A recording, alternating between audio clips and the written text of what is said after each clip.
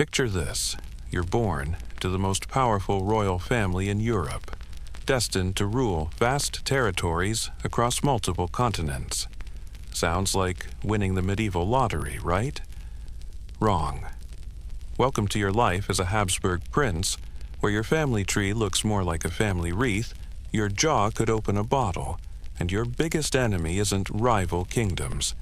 It's your own gene pool. Your birth announcement reads like a real estate portfolio. Congratulations, it's a boy. He'll inherit Austria, Hungary, Bohemia, Spain, the Netherlands, parts of Italy, and let's throw in some colonies in the Americas for good measure. But nobody mentions the fine print. He'll also inherit a chin that could cut glass, a tendency toward madness, and enough genetic disorders to keep court physicians busy for decades. Your first glimpse of family life is a parade of relatives who all look suspiciously similar. There's your father, whose portrait shows a jaw that juts out like a castle drawbridge. Your mother, who's technically also your second cousin, because apparently the Habsburg family motto is, "Why marry strangers when you can marry relatives?" And then there are your siblings, each one a genetic lottery ticket that may or may not explode. The family physician takes one look at your newborn face and immediately starts calculating the probability of you living past 30.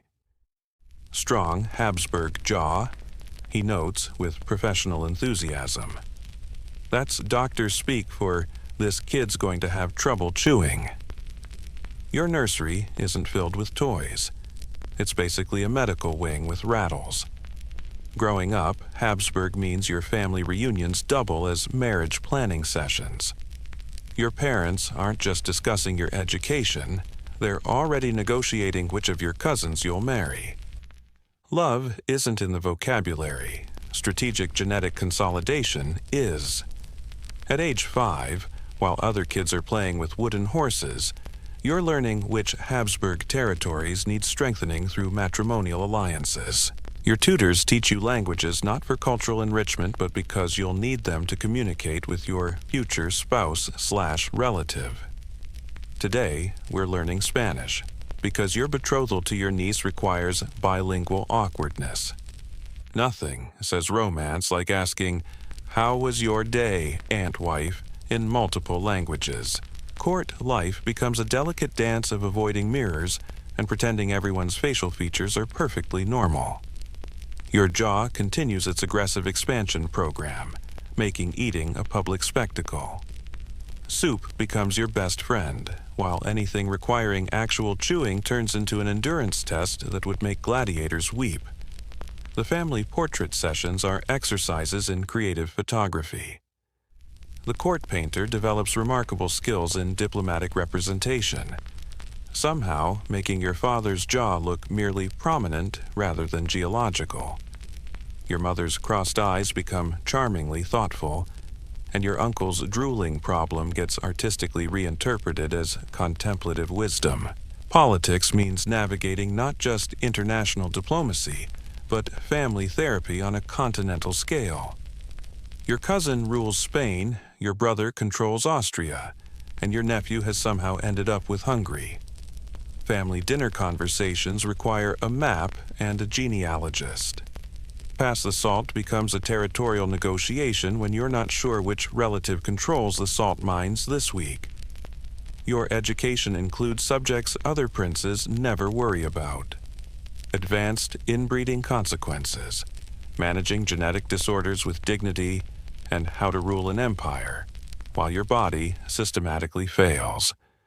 Your tutors develop specialized lesson plans for rulers whose attention spans are compromised by hereditary mental instability.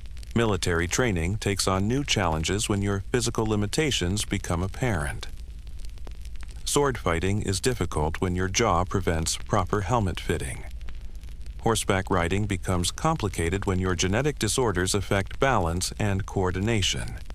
Your riding instructor develops creative techniques for keeping Habsburg princes upright in the saddle while maintaining royal dignity. The irony isn't lost on anyone. Your family controls more territory than any dynasty in history. Yet, you can barely control your own facial muscles. You rule lands where the sun never sets, but you can't eat a meal without embarrassing yourself. Your empire spans continents, but your gene pool spans about 3 people. Your coming-of-age ceremony approaches with all the enthusiasm of a funeral procession. Everyone knows what's coming next. Marriage to another Habsburg, more genetic complications, and the continuation of a bloodline that's become less family tree and more family telephone pole. But the real challenges are just beginning. Your adult responsibilities will make childhood look like a vacation, and your genetic inheritance is about to collide headfirst with the demands of ruling an empire. Your wedding day arrives with all the pomp and circumstance of a state funeral. The bride is your cousin Maria, who you've known since childhood, mostly because she's literally been at every family gathering since you were both in diapers. The ceremony is beautiful, assuming you enjoy watching 2 people who share great-grandparents promise to love each other forever, while their collective jaw situation threatens to break the communion chalice. The wedding night comes with a medical team on standby, not for romance, but because Habsburg honeymoons historically require emergency intervention when genetic complications meet marital expectations. Your physician discreetly stations himself outside the royal chambers, armed with smelling salts and a detailed knowledge of hereditary fainting disorders. Producing an heir becomes less about passion and more about strategic genetic gambling. Will your child inherit your jaw, her crossed eyes, or perhaps develop something entirely new? The court takes bets while your wife prays to every saint in the Catholic directory. Meanwhile, you're just hoping your future offspring can eat solid food without requiring architectural assistance. Your first son arrives, and the court physician's expression tells the whole story. "Congratulations, Your Majesty," he announces with practiced diplomatic enthusiasm. The prince has inherited the family's distinguished features. Translation: this kid's jaw could be classified as a geographical landmark, and his mental capacity remains to be determined by future observation. Ruling an empire while managing genetic deterioration requires impressive multitasking skills. Your morning routine includes territorial disputes, hereditary tremors, diplomatic correspondence, and checking whether you can still remember your own name. Some days are better than others. Your advisors develop contingency plans for when your attention span decides to take extended vacations. International negotiations become complicated when foreign ambassadors struggle to understand your speech through the Habsburg jaw situation. Your interpreter doesn't just translate languages, he translates anatomical limitations into diplomatic discourse. What His Majesty means to say requires both linguistic skills and medical expertise. Your empire spans from Austria to the Americas, but your personal mobility spans from your bedroom to the throne room on good days.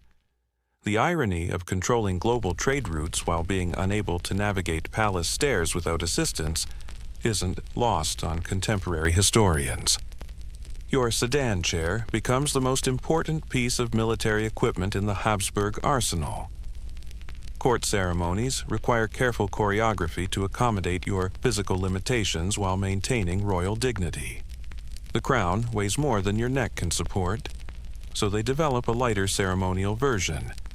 Your royal robes need custom tailoring to accommodate genetic peculiarities that fashion wasn't designed to handle. Your reign ends not with glorious battles or diplomatic triumphs, but with your body finally surrendering to centuries of genetic mismanagement. The Habsburg dynasty continues, of course.